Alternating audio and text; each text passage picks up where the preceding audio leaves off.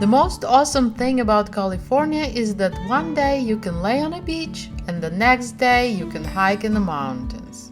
You can even manage to do both on the same day. So today we are going for a hike in the mountains, which is located in San Bernardino National Forest. We will be hiking the trail southwest of town called Wrightwood, on the side of Mount Baden-Powell. This area is popular during winter since at 6,000 feet elevation it can get enough snow for skiing and snowboarding. During summer it is popular hiking, camping and even horseback riding spot. Once you pass the town, you will be driving through very curvy road in the mountains. There are a lot of different trails in the area, and today we chose to visit one with the most interesting story. It's called Bighorn Mine Trail. It starts at the Vicenta Gulch parking lot.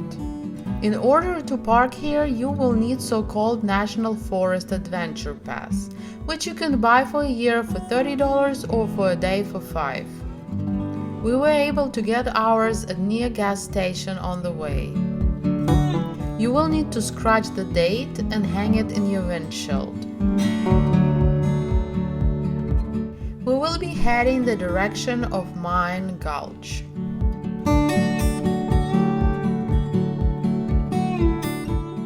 At the beginning, the trail goes a bit down the hill.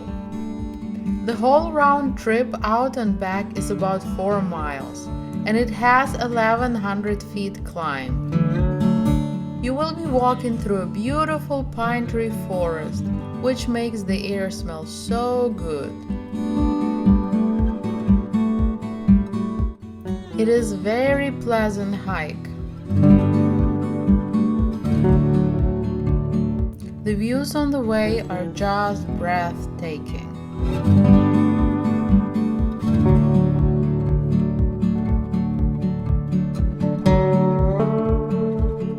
There are a lot of nice places for posing for pictures and taking pictures of.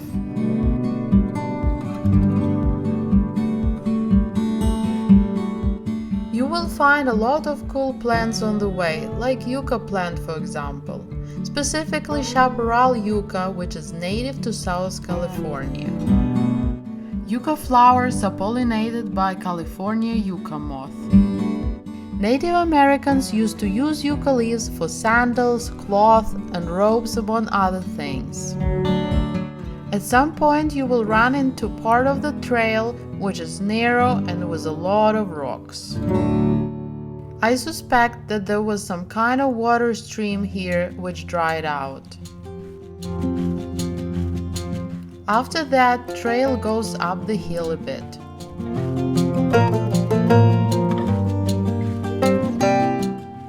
It is nice to stop, take a rest, and admire the view from time to time.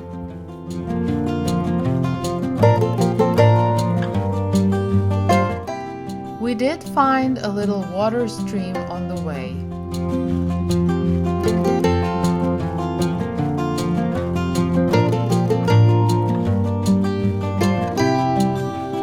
We saw quite a few lizards with long tails running between the rocks.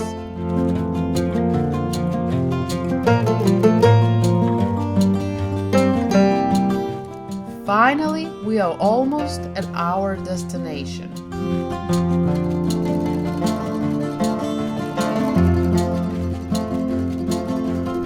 This old structure is a part of so-called Bighorn Mine.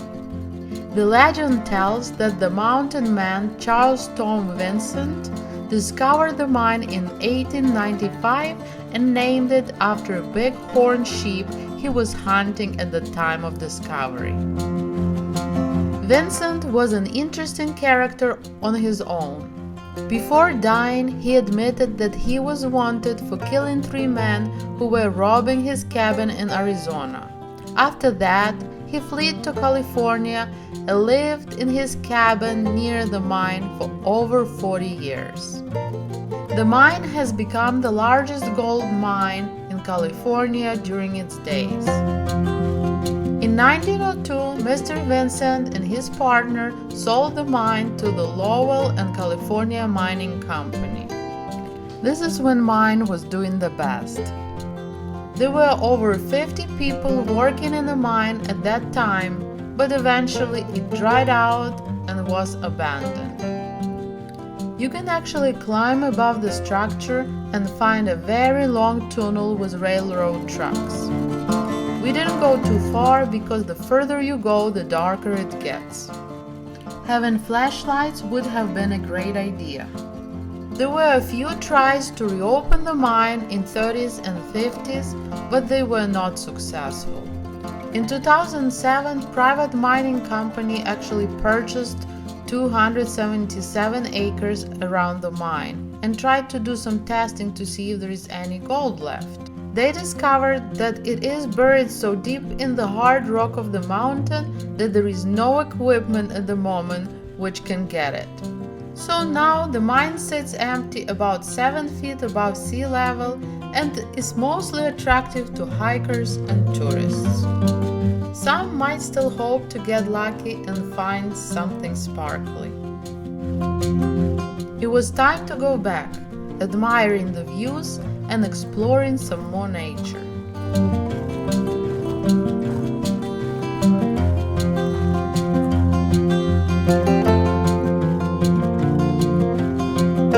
Some pine trees looked like this. I was wondering what happened to them.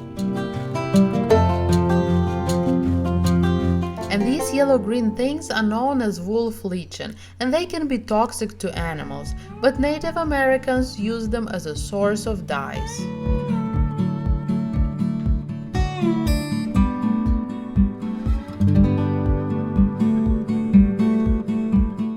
I loved all the cool tree trunks which were lying around.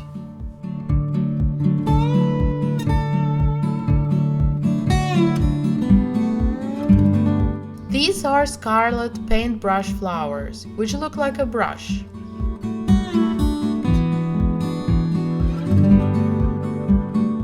This is Mexican flannelbush, which is actually federally listed as endangered species. This is mountain prickly gooseberry. Despite the long pricks, I read that they are actually edible. After about 3.5 hours, we finally reached the end of our hike. We hope to be back and maybe next time try a different trail in the area.